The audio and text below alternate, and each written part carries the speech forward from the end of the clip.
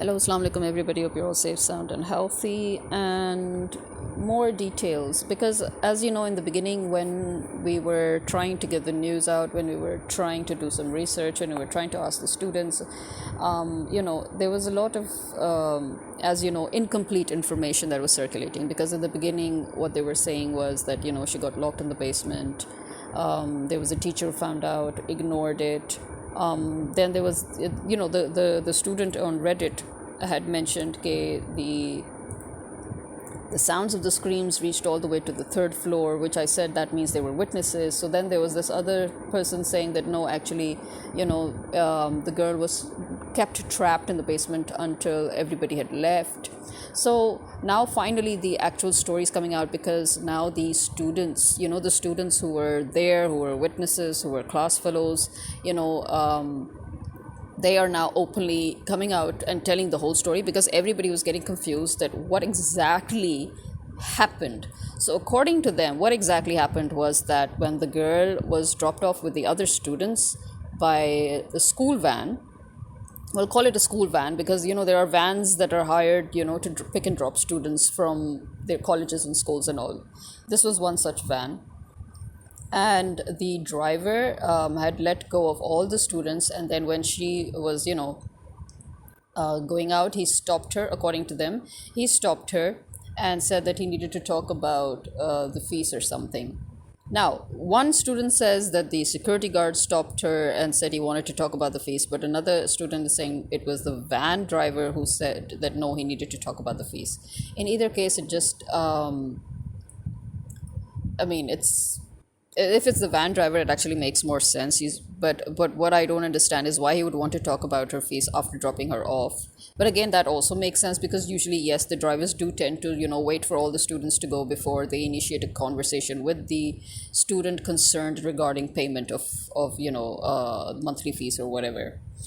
But the problem here now arises is where the security guard joined him, and they took her. Now this is the whole story as it's coming out. Okay, so according to the students, the girl was taken to the basement, and then the security guard proceeded to rape her. While now they're not sure if the van driver was just a silent accomplice or a witness, or if he also did the deed. So the first thing that they did was they caught the van driver. But then, as we all know, there was this news circulating that the security guard had run away, which the police confirms, which is as usual really really weird, because first the police denies that any such thing happened, and then with the same breath the police is saying, oh, but we went and we caught the security guard who had fled all the way to Sargodha. Again, the same question: how can a security guard flee all the way to Sargodha without anybody knowing what's happening? Especially when, as they said, that when the girls screams went all the way up to the third floor, students heard it, teachers heard it, and then at the end they said that there was a female teacher who actually, when she realized that something had gone brutally wrong, and she rushed there and she saw that the girl was unconscious, and then she called for the ambulance. Now here's again, remember, as I said before, the most suspicious things that ever happened was, first of all, the girl was rushed to the hospital that actually belongs to the owner of Punjab Group of Colleges, because this is some new project that he's starting with the Punjab government, obviously, because the Punjab government and they're very, very, very, very closely entangled and related. And as I said, none of his projects have ever been passed through proper protocol. They've never gone through the legal, permits. He just goes and he gets them to personally get everything signed. All the permissions just get signed personally for him. So this is another such project of his, a hospital. So basically now he's built a hospital where he can now, cover up cases of assaults and rapes and murders and everything, where he can easily now access people and, basically just off them, right? Because now he owns a hospital where he can very easily do the deed. And that is exactly why we all say that the girl was murdered. She didn't just die a natural death in the ICU after all that trauma, but she was literally murdered, right? But again, the principal being female, and then our unelected, our US selected Mariam Nawaz, the bitch of the century, chief minister. And then you have the bitch of the century employing another bitch at a higher post in the police, who's again a female. The worst part is using females to attack females. You would think that a female would actually draw the line when it comes to these. I don't know what kind of families these women belong to, where they think that it's okay for another woman to be hurt in any way. I would have thought that as a female, no matter how low down you are, I mean, even a prostitute would have a problem with another girl or another woman being assaulted, and that even in broad daylight. So, what level of prostitutes do you have to be, like Mariam Nawaz and the principal of PGC Campus 10 and the female police officer? What level of prostitutes do you have to be in order to allow, initiate, encourage, and ignore attacks on other women? I really don't get it. To me, I don't care if the woman is right or wrong. If I see that she's being attacked, I would automatically attack the man. I'm sorry, but that's it. That's how I think that's how all of us women would think. The instinct that we have is to just beat the crap out of the man, right? To us, attacking another female is equivalent to attacking us. We all become one when it's that. We don't give a shit about the reason. But again, what level of prostitute do you have to be to allow all of this to happen, to even encourage it, to initiate it, to even be a part of it too? Because I'm thinking of those women who are ringleaders, of child prostitution, for example, or of prostitution in general, or of human trafficking, sex trafficking. After all, you do find that there are women behind that, and you really do think, what kind of a woman do you have to be to do that, or to not care about that? Well, obviously, these are not women of dignity, because if these were women of dignity or self-respect, obviously attacking any other girl under their care would be attacking them. To me, it would have been personally that you literally just attacked my self-respect. You just insulted me. You're trying to, put me down. If you're trying to muck with somebody that's under my care, to me, this would be a personal offense to my ego, if nothing else. So, I really don't get that. I seriously don't get that. But okay, moving on with the story. So as the story becomes clearer, the students are saying that when the teacher, one of the female teachers, when she dashed there, she saw the girl was out and, unconscious. She called for the ambulance. And now the problem here, as I said, begins because the ambulance takes the girl to the hospital that is owned again by the owner of the same college, the same educational institute, which is Mia Amir, right? And then you have the fact that obviously the girl passed away. Then you have the fact that her parents were threatened. They were called literally and threatened, and they were blackmailed. And then they were not allowed to go and register a complaint.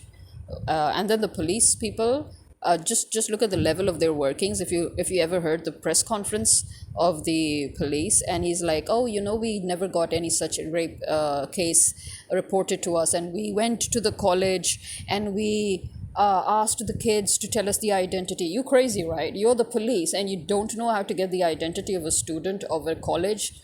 The whole freaking world and their mother knows that you need to go to the admin, and they have the whole list of all their registered students. And then, again, as I said, another hypocritical move, which I mentioned before, is that they have shut down this campus. They've canceled the registration of this campus. Why this campus only?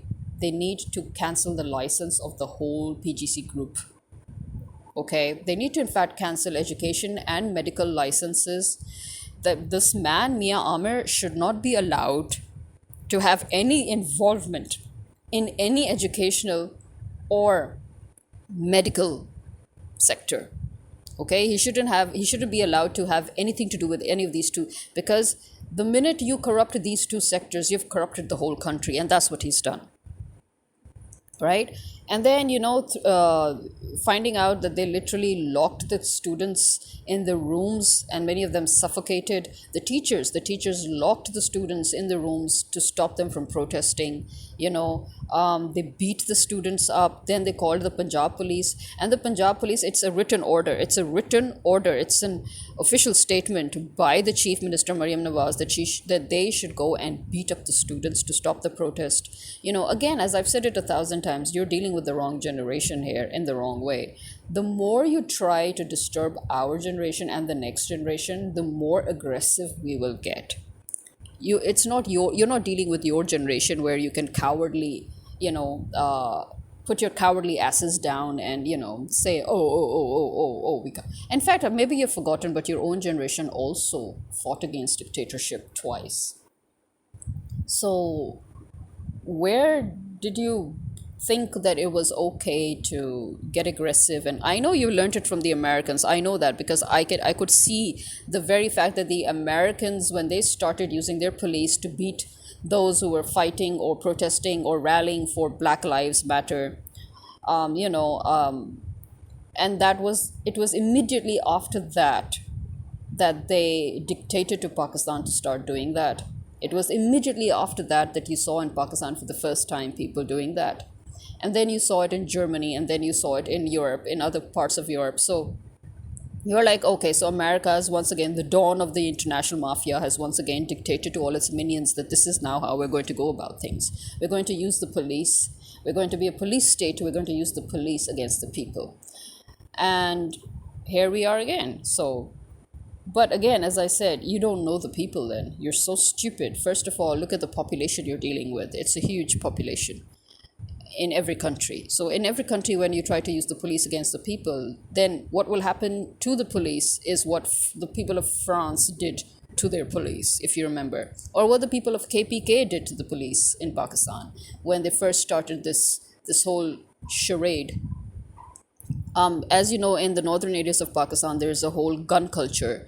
So, in fact, if anything, the police now started running away from the people because the people were like, you just come here. In fact, the people started hunting the police down. So the police was literally told to go to change the license plates of their cars, to remove the license plate of their cars and change them with fake, unknown, unregistered numbers, and that they should move around without uniform. It's only the people of Punjab that allowed the police to go to this extent. But as I said, now you're dealing with the kids. I'm sorry, the kids, they'd rather kill you. And I hope they do. I sincerely, with all my heart, I hope that the people of the police get killed. For once in their lives, they should get killed by the civilians of Pakistan so that they should know what it's like. When you go around trying to beat up and harass and threaten the innocent citizens who are fighting for their rights and who are fighting for justice, really, And just because America has planted you, it doesn't mean that you're here to stay. America is not going to last long. This war that America has created is going to be the very cause of destruction of America, as we all know. And what makes you think you're going to last? So, well, this is the story that's coming out. So now we're getting a little more facts, or as I said, the facts are still not 100% because obviously it's not like anybody actually witnessed what the van driver said to the girl or what the security guard said to. This is all that the things that they found out because they were not even allowed to meet the girl and her family. So it's with great difficulty that they got to the actual story of how it all began. And obviously that is when they managed to talk, because according to them, actually, this incident occurred on the 9th, and for 2 to 3 days all the students were still in doubt, because obviously, because in the beginning you kind of still trust your institution and you trust your teachers. And so when they say no, no, no, when the female and male teachers come and they say no, no, no, that incident was not a rape incident, that was just an accident, an incident, and the girl is in the hospital and this and that. But when the students realized, because there were some more students who came and said, no, this was actually, we literally witnessed how she was brought out on a stretcher, to the ambulance, and we literally saw this was definitely a rape incident. And then, as they started gathering proof, because one of the students literally had video proof on her phone, and then again there were CCTV cameras, that they found out that suddenly everybody was, the administration, the staff, they were literally going around deleting footages of the CCTV.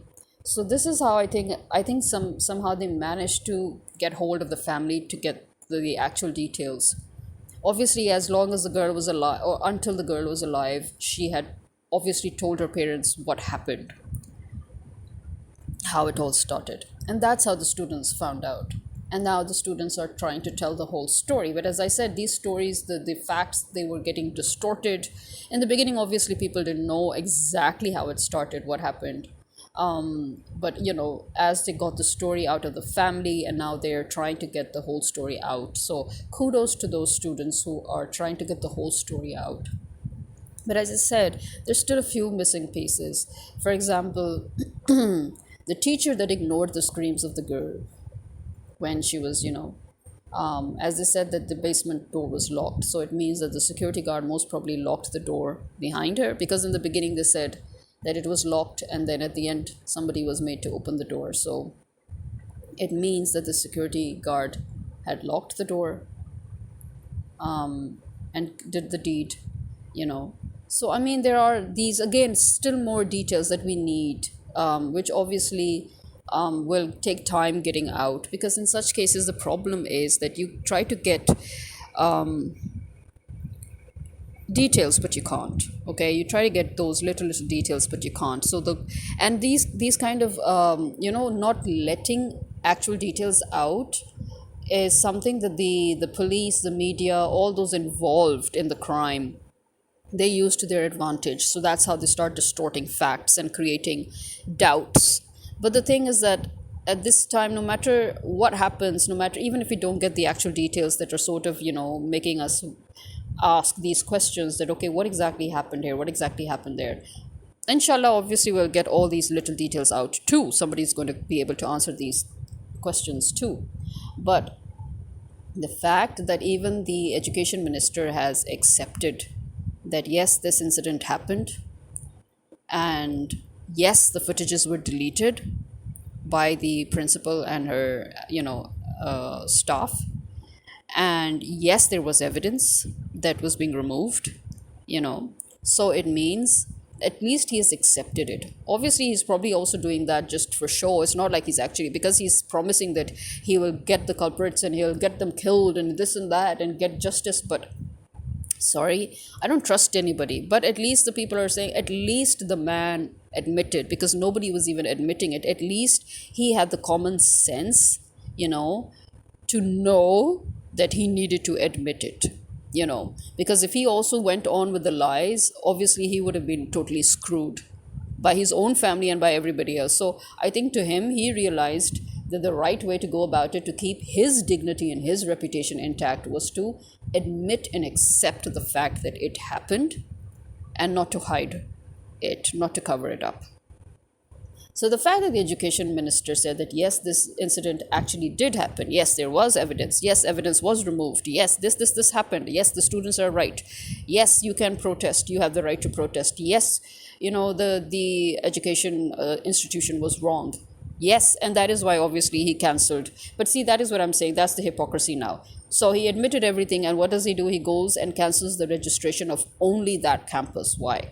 As I said, you need to cancel the license of the man, both medical and educational related, so that he should stay far away from these two sectors, and he should never ever ever be able to have a hand in it. In fact, you should even cancel the license of his news channel.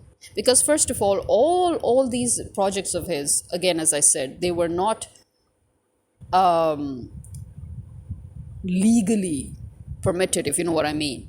These are not legal in the exact terms of the word. These were all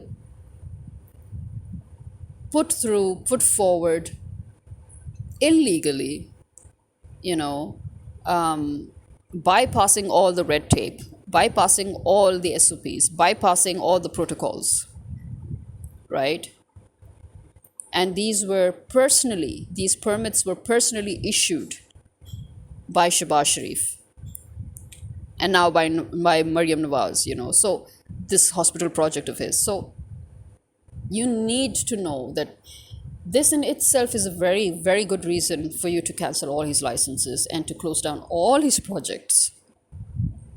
Because as I said before, a corrupt man cannot be expected to help raise an a righteous society, an upright society, okay? He can't. He can't be expected. How can you expect a thief to teach you not to steal? How can you expect a dishonest man to teach you the way of an honest life? You can't. And as he's proved it by his actions, again, I would say that I find it very, very suspicious that just a security guard and a van driver could get away with such a thing in a huge institute. No. I feel that the only reason they could have done this is with the cooperation of teachers. The fact that you have male teachers in a female college in itself is questionable, because again, the whole point of having a women's college is that there is no male staff. As I've cited so many times, in Pakistan we have many female colleges and universities, and there's not a single male staff in those schools, colleges, or universities. Never. And then you come here and you see where you have more male staff than female. Why? And then to say that, oh, it's a security guard and a van driver who did it and they actually got away. Again, I would again and again, why would a principal, just to save face? I just no. I don't care. This reason, it doesn't sum up to me that just to save face, you would rather, although I get it, because as they say, even hospitals have done that. But again, I am sure teachers were involved. I'm sure that the security guard had the guts to do what he did because he must have done it before with the teachers. Remember those rings of male teachers and professors recently found in a scandalous situation where they were drugging and then prostituting their female students, and then making videos of that, using that to blackmail them to continue prostitution. Remember that? Yeah. That's the first thing that came to my mind here. That these teachers with their security guard, they have had some illicit relationship going on with that security guard. And that is the only way he can literally have the guts to do this. I'm telling you. I don't care if he was Pathan or anything. That has nothing to do with anything. Even if you're Pathan or any other ethnic of any other ethnic group, I don't care. The fact is, as I said, if you look at the situation in our country, it's always people with backing, people who know they have powerful backing that can dare to do what they do. A regular person of a middle class or lower middle class, or of a below poverty line or in poverty line, or you have a very lower economic strata in any society of ours, would never dare to even look at somebody like that. Why? They know they're going to be lynched. They know they don't have backing. They know they don't have any strong backing to save them. It's a survival instinct. Okay?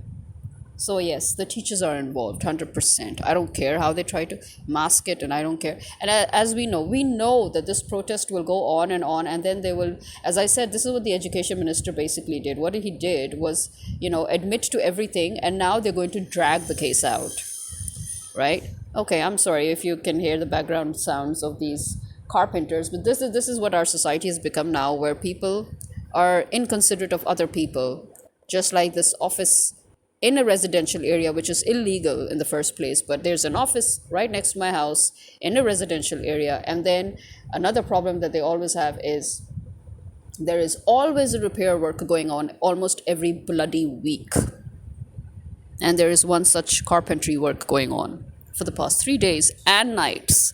Yeah, this is this new trend, before at 6 o'clock, everybody have the decency, the etiquette to leave and resume next morning. But now they work through the night, making your days and nights hell. Imagine people like us who work from home. Anyway, so yeah, I think there's definitely teacher and staff involvement. The fact that the principal, instead of helping the student and instead of, in fact, as I said, it's common sense. You know what would have raised the reputation of your college? Protecting the girl, grabbing hold of the culprits. And as I keep on saying that would have been the easiest thing for them to do if the culprits were, nobodies.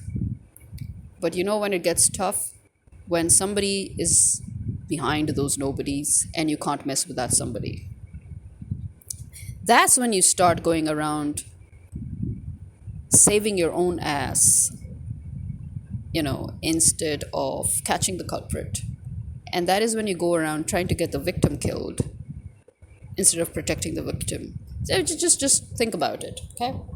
So yeah, as I said, the protests will keep on going, but now this thing that they've started where the education minister has admitted all of this, and he's like, no, we're going to get them, we're going to get them hanged, we're going to give punishment. Okay, but you know what? They're just going to drag the case, because according to the police, look at this contradiction in one breath, the many contradictions that the policeman made in his press conference. There was no such incident. We were asking people to send us a report. We went to the college, we asked the students for the identity of the student. Is that how you get your police work done? Seriously, is that what you call legwork? Is that how policemen investigate cases? No wonder you're fucked. Seriously, if that's the level of your investigative skills, no wonder you're fucked. Have you forgotten how to investigate because you've been used so much to be bouncers? Because you've always been used as hired goons to beat people up, so you've forgotten how to investigate? Is that it? You motherfuckers. And you're actually selling that to us by saying, oh, there was no such report, but we went and we asked for people to submit that report, but nobody came forward. But we went to the college and we asked the students to give us the ID of the victim, but the victim is already in the hospital, but we have already caught the van driver, but there was no incident. So why did you catch the van driver? Then we found out that there was a security guard who indeed was absent from that very day. And so we traced him all the way to Sargodha and we got him. But there is no such incident. Then why did you catch him? Who the fuck are you fooling here? So I need people to think about all these things, while they're... First of all, it's 100% not fake. Something happened. The question here is, who was behind the security guard and the van driver? Who gave them the guts to commit this heinous act in the school premises? How can you commit an act in the school premises? Aren't you scared?